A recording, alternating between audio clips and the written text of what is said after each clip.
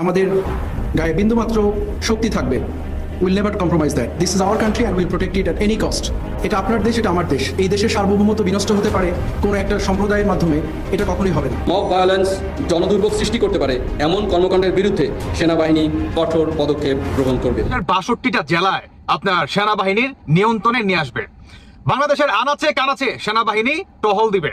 বাংলাদেশের সকল ধরনের ষড়যন্ত্র আপনার উৎখাত করার জন্য বাংলাদেশ সেনাবাহিনী। দর্শক, দেশ প্রবাস দূরে কিংবা কাছে বসে যারা আমাদের দেখছেন, আশা করি সবাই ভালো আছেন। দর্শক, এই মুহূর্তে পাওয়া খুবই গুরুত্বপূর্ণ এবং ইম্পর্টেন্ট একটি সংবাদ আপনারা দেখতে চলেছেন, তাই সবাইকে রিকোয়েস্ট করছি এবং অনুরোধ জানাচ্ছি সবাই একটু ভিন্নভাবে আজকের সংবাদটি দিকে খেয়াল দিন। হ্যাঁ, আজকের সংবাদটি এমন একটি সংবাদ যেটা শুনলে আপনার রীতিমতো হার্টবিট বেড়ে যাবে। দর্শক, শিরোনামে দেখি আপনারা বুঝে ফেলেছেন, তাই আপনাদের সামনে আর বিস্তারিতভাবে বলার আমার কোনো প্রয়োজন নেই। চলুন আমরা সরাসরি দেখে আসি আজকের ভিডিওর আলোচনাগুলো। একের পর এক বিস্তারিত তথ্যগুলো আপনাদের জানাবো এবং জানলে আপনারা অবশ্যই অবাক হবেন। তো দর্শক, ভিডিওতে যাওয়ার আগে ছোট্ট করে রিকোয়েস্ট জানাচ্ছি এবং অনুরোধ জানাচ্ছি, যারা আমাদের চ্যানেলে নতুন অবশ্যই চ্যানেলটি সাবস্ক্রাইব করে লাইক দিয়ে এবং এ বিষয়ে আপনি কি বলতে চান আপনার নিজস্ব মতামতটি তুলে ধরুন। তো দর্শক, ভালো থাকুন, সুস্থ থাকুন। চলুন আমরা স্ক্রিনে সরাসরি চলে যাই। পারলেন যে বাংলাদেশের ৬২টা জেলায় আপনার সেনাবাহিনীর নিয়ন্ত্রণে নিয়ে আসবে। বাংলাদেশের আনাচে কানাচে সেনাবাহিনী টহল দিবে। বাংলাদেশের সকল ধরনের ষড়যন্ত্র আপনার উৎখাত করার জন্য বাংলাদেশ সেনাবাহিনী ৬২টা জেলায় আপনার গ্রাম অঞ্চলে, ইউনিয়নে এবং গ্রাম অঞ্চলের যে বাজারগুলো আছে কিংবা গ্রাম ভিত্তিক যেই রাস্তাগুলো আছে সমস্ত জায়গায় টহল দিবে বাংলাদেশ সেনাবাহিনী। আমি গত 2 দিন আগে বলছিলাম যে বাংলাদেশ সেনাবাহিনীর সকল অফিসার আপনার যুদ্ধ টুদ্ধ মনে যত অস্ত্র টস্ত্র আছে, তারপরে গাড়ি টাড়ি নিয়ে বর্তমান টহল দিচ্ছে ঢাকার রাজপথে। আস্তে আস্তে এটা বাংলাদেশের প্রতিটি গ্রাম অঞ্চলে দিবে। অনেকেই এই কথাটাকে উল্টাপাল্টা বলছিলেন, তবে এটা কিন্তু সত্য প্রমাণ হলো, তাই না? এখন কথা হচ্ছে যে বাংলাদেশ সেনাবাহিনী তারা কি আপনার ক্ষমতা হাতে নিল? অনেকটা ওই রকমই। দর্শক বন্ধুরা, আপনারা শুনলেন যে বাংলাদেশে যতদিন না পর্যন্ত আপনার জনগণের ম্যান্ডেটের মাধ্যমে একটা নির্বাচিত সরকার প্রতিষ্ঠিত না হবে, ততদিন পর্যন্ত বাংলাদেশের ৬২টা জেলার ভিতরে সেনাবাহিনী তাদের নিয়ন্ত্রণে রাখবে। সেনাবাহিনী পুলিশ মানে সমন্বয় হয়ে তারা কাজ করবে। মানে বাংলাদেশকে কেউ যাতে অস্থিতিশীল না করতে পারে, এই এনসিপি পার্টি বলেন, জামাত বলেন, যাতে কোনো অরাজকতার সৃষ্টি না চালাতে পারে। ইভেন বিশেষ করে তারা আরো একটির দিকে লক্ষ্য রাখবে, সেটি হচ্ছে আপনার আওয়ামী লীগ যারা নাকি মানে কি বলে এই ভুক্তভোগী নেতাকর্মী বা ভুক্তভোগী আওয়ামী লীগ সমর্থককারী, তাদের উপরে যাতে অমুক দলকে ভোট দিবি, অমুক দলকে ভোট দিতেই হবে, এই ধরনের যাতে কোনো চাপ সৃষ্টি না করতে পারে। উল্টো দিকে বাংলাদেশ সেনাবাহিনী তারা আরো একটি দিকে আপনার নজর রাখবে, সেটি হচ্ছে যদি কোনো পলিটিক্যাল পার্টি থেকে আপনার আওয়ামী লীগ সমর্থককারীদের উপরে চাপ সৃষ্টি করে যে আমাদেরকে ভোট দিতে হবে, যদি না দাও তাহলে তোমার এটা করবো সেটা করবো, কিংবা আপনার মিথ্যা কোনো মামলার আশ্রয় নিয়ে তাদেরকে জেলে ভরে দেওয়া, কিংবা লুটপাট করা, চাঁদাবাজি করা, মিথ্যা মামলা, এটা সেটা অরাজকতা সৃষ্টি করা, কোনো কিছুই বর্তমান পারবে না। আপনারা শুনলেন যে বাংলাদেশের সেনা প্রধান মিস্টার ওয়াকারের নির্দেশে বাংলাদেশের ৬২টা জেলার ভিতরে সেনা বর্তমান নেমে গেছে।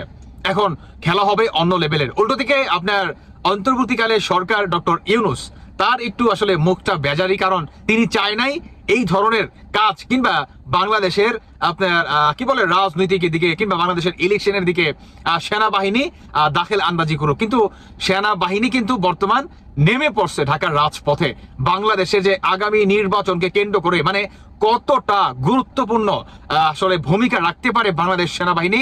ইতিমধ্যেই আপনারা কিন্তু ওনার বক্তব্য শুনে কিন্তু বুঝে গেছেন যে ৬২টা জেলার ভিতরে যে পরিমাণ আসলে শক্ত অবস্থানে বর্তমান বাংলাদেশ সেনাবাহিনী নামতে যাচ্ছে বা নেমে গেছে, এটা কিন্তু আসলে চারটিখানা কথা না, তাই না?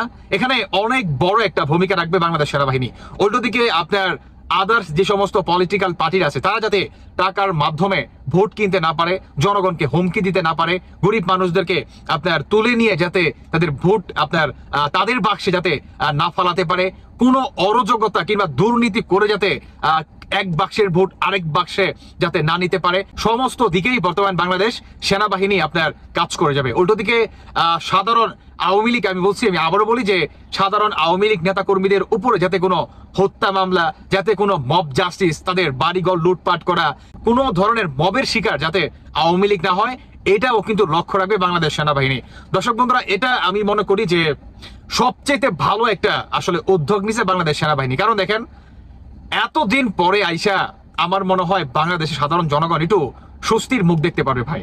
কারণ 62টা জেলার ভিতরে আপনার সেনাবাহিনী গ্রাম অঞ্চলে মানে যেখান দিয়েই গাড়ি চলাচল হবে কিংবা যদি নাও হতে পারে সেই সমস্ত জায়গায়ও সেনাবাহিনী পায়ে হেঁটে হলেও তারা বিষয়টাকে মনে করেন দেখে আসবে বা তাদের নিয়ন্ত্রণে রাখার চেষ্টা করবে, যাতে কোনো সিন্ডিকেট তাদের উদ্দেশ্য হাসিল না করতে পারে, এই দিকেও লক্ষ্য রাখবে। আমার মনে হয় ভাই এতদিন পরে আইসা সাধারণ জনগণ একটু শান্তি পাবে, সত্যি কথা বলতে। কারণ সামনের ইলেকশনকে কেন্দ্র করে অনেকেই বর্তমান ভোট কেনার একটা পায়তারা চালাবে, অনেকেই অনেককে আপনার হুমকি ধুমকি দিয়ে যাবে। যে সমস্ত আওয়ামী লীগ আপনার কি বলে পরিবার আছে বা তাদের আসলে ভোট হচ্ছে আওয়ামী লীগের, তাদেরকেও কিভাবে জামায়াত মনে করেন ঘায়েল করার চেষ্টা করবে, বিএনপি ঘায়েল করার চেষ্টা করবে, এই ধরনের অপচেষ্টা কিন্তু তারা চালিয়ে যাবে। এটাকেও কিন্তু রুখে দেওয়ার জন্য বাংলাদেশ সেনাপ্রধান বা সেনাবাহিনী থেকে চরম একটা ভূমিকা পালন করে বাংলাদেশ 62টা জেলার ভিতরে, প্রতিটা জায়গার ভিতরে। আপনারা কেউ ভুলে বসবেন না যে গ্রাম অঞ্চলে আসবেন না, প্রতিটা জায়গার ভিতরে আসবে।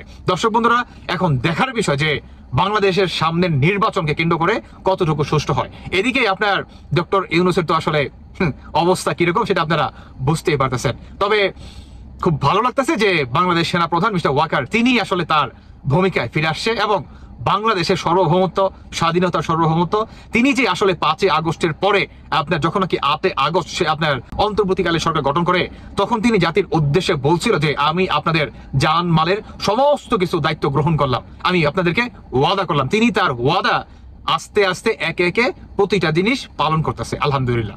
দর্শক বন্ধুরা, প্রতিটা জায়গার ভিতরে আসবে।